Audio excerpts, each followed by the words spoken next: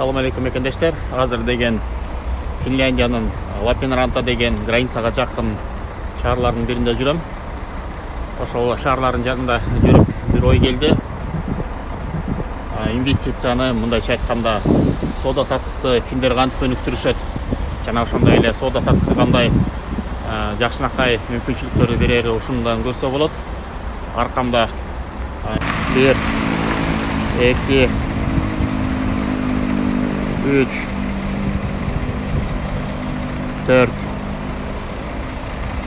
4 килейген автобус турат. 550 адамды баткырган. Бул болсо азыркы эле маал, бир эле маалда 4-5 автобус турат. Ар бир автобуска 40 адамдан отурат. Бул болсо Санкт-Петербургдан келген, Россиядан келген, Петербургдан келген петербуржцтар. Эмне үчүн келишет? Анткени Призма маркетке келип продуктыларды алышат. Сыр, колбаса жана ошондой эле үйгө керектүү чолгон эң биринчи продуктыларды келип жума сайын алып турушат. Эмне үчүн Финляндияга келет? Анткени Финляндиянын продукциясы экологически таза болуп эсептелет жана ошондой эле бияктан алып кеткен продуктылардын границадан кетип баратканда налоговый вычет деп коет, tax free деп коет. Ошол tax free ыкмаларын колдонушуп, ошол Финляндиядан келип продуктыларды алып кетишет. Аркада көрүп тургандай, бул границадан товарларды алгандан кийин товарлардын аркасына возврат налога кылат. Бунун баары тең ошол Финляндияга келип, продукты товарларды алып, ошонун Финляндияда көргөзүлгөндөй 24% налогду кайра кайтарса болот. Ушул жерден же болбосо накталай акча боло, же болбосо кийинки келгенде ошол продуктун алып атканда ошол магазинден ошол налогдон чыккан акчага минус кылып туруп кайрап дагы продукту алса болот деген эрежелери бар.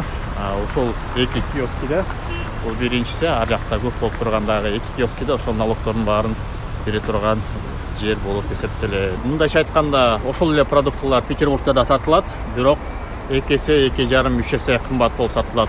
Ошол себептен колу бош болгон Петербургда жашаган шаардыктар ошол Финляндияга келип, продуктага келип алып кетишет.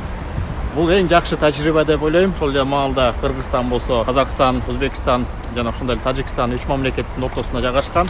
Мурун Дордойго келген товарларды Өзбекстанга, Казакстанга ташып кетишчү, Кытайдан келген товарларды.